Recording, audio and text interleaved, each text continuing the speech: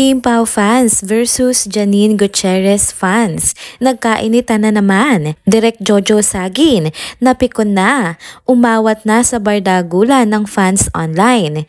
Kim Chiu, pang-athlete na ang workout. Angelica Panganiban, napakomment na sa IG post ni Kim. Tara, kwentuhan muli tayo.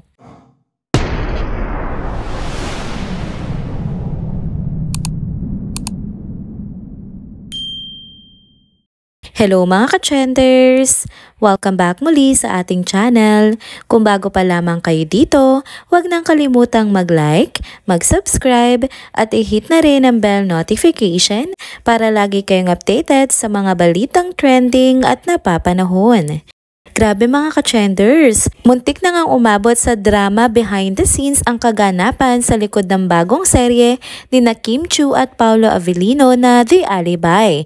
Pero teka, hindi ito tungkol sa mga artista, kundi sa mga fans nila online. Yes, mga fans ang nagkagulo at ang pinaka-apektado, walang iba kundi ang director mismo ng show na si Direk Jojo Sagin na bigla na lang naging referee sa isang online na rambulan.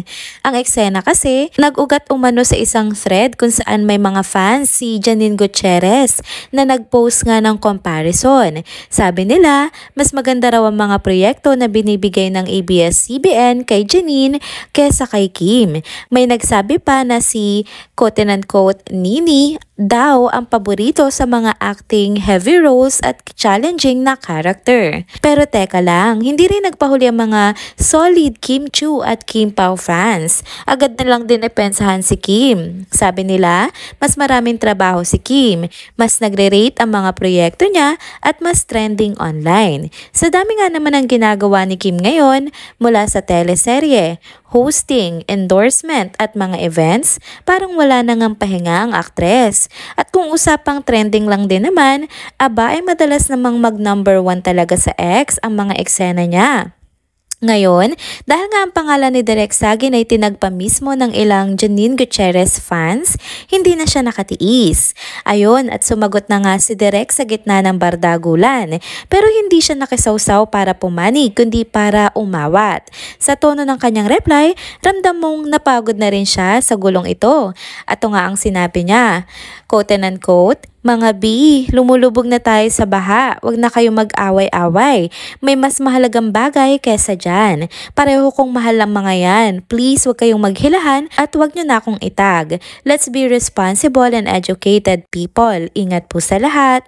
Boom! Mic drop. Dito makikita na hindi lang basta away fans ang nangyari. Lumalabas na kahit mga creatives katulad nga ni Direk Jojo, apektado rin kapag nagiging toxic ang fan culture. Naiipit sila sa inggitan, kompetisyon at labanan na minsan naman ay walang kaukulang basihan. Lalo't wala na bang issue sa mga artista mismo. Sa totoo lang, si Kim at Janine parehong mahusay na aktres. Pareho silang may unique charm at talent. May kanya-kanyang strengths. At sa ABS-CBN na kilala sa pagbibigay ng magagandang roles at proyekto, natural lang na minsan mas busy ang isa kaysa sa isa. Depende sa timing, sa kwento at sa demand. Pero kung ang mga fans ay maglalaban-laban, ang ending niyan, baka lahat tayo talo. Nakakalimutan natin na ang showbiz ay collaborative work. Hindi lang ito tungkol sa sino ang bida, kundi tungkol sa pagtutulungan ng lahat. Mapa-artista man yan, director, writers, production at syempre, supportive fans. Kaya ang payo nga natin sa lahat, support with love, not hate. Kung may gusto kang artista, supportahan mo, 'di ba? Kung may hindi ka bet, igalang mo pa rin. Dahil sa dulo, pare-pareho tayong nanonood, natutuwa, kinikilig at minsan naiinis din. At kay Direk Jojo, saludo kami sa iyong pagkabalanse at pagiging peacemaker. Hindi madali ang trabaho ng direktor. Tapos pati bardagulan online, kailangan mo pang ayusin. So mga ka-trenders, chill lang ha. Walang kailangang i-compare, walang kailangang hilahin pababa. Lahat sila may kanya-kanyang bituin na nagniningning. Tulad na lang ng inaabangan nating The Alibi na siguradong magiging hit na naman. Dahil kung ganito pa lang ang ingay, paano pa kaya pag umaere na, 'di ba? Next topic naman tayo mga ka-chenders. Ito na nga, bagong paandar na naman mula sa ating chinita princess na si Kim Chiu. At this time, hindi naman ito tungkol sa teleserye o hosting ha, kundi tungkol sa intense niyang workout routine. At guess what? Napakomment na mismo ang isa sa mga pinaka-close friends niya sa showbiz na si Angelica Panganiban. Oo mga ka-chenders, sinabihan na nga ni Angelica si Kim na quote-unquote, high rocks na yan ha. Naku, kung di kayo familiar sa high rocks, quick lang ha. Ito yung klase ng fitness competition na combination ng high intensity workouts at running. Pangmalakasan kumbaga. Kaya naman napakomment talaga si Angelica kasi yung workout reel ni Kim, hindi basta stretching lang o cute na cardio. Talagang pawisan, seryoso at ramdam mong binubuhos niya lahat ng effort. Kung makikita nyo nga sa video na in-upload ni Kim sa Instagram, grabe, tumatakbo pa siya habang may kasunod na resistance training. Parang hindi na pang-artista lang yung ganong level ng dedication, para na talaga siyang atleta. Kaya hindi na rin nakapagtataka kung bakit ang daming netizens at pati celebrities katulad nga ni Angelica Panganiban na pa-react na talaga. Pero teka, hindi lang to basta-basta workout reel ha, kasi kung susubaybayan nyo nga ang fitness journey ni Kim, makikita mong consistent talaga siya lately. Kung dati more on pilates at light gym lang siya, ngayon makikita mo talaga nagle-level up na. May mga sessions pa siyang kasama ang personal trainer niya na si Coach Flex na talagang tinututukan ang form at endurance niya. At sa gitna nga ng lahat ng ito, proud lang tayo kay Kim dahil kahit sobrang busy niya sa tapings, hosting sa It's Showtime at mga endorsement shoots, nakahanap pa rin siya ng time para alagaan ang sarili niya. Nakaka-inspire, diba? Hindi lang siya basta artista na maganda lang at talented. Meron din siyang disiplina at determinasyon pagdating nga sa fitness goals niya. Marami ring netizens na nagsabing napapansin nila ang pagbabago kay Kim lalo na nga sa aura niya lately. Mas glowing, mas energetic at mas confident. At aminado rin naman si Kim sa ilang interviews na malaking bagay talaga sa kanya ang pag-exercise. Hindi lang physically kundi pati sa mental health niya. Isa daw itong way niya para ma-relieve ang stress at anxiety.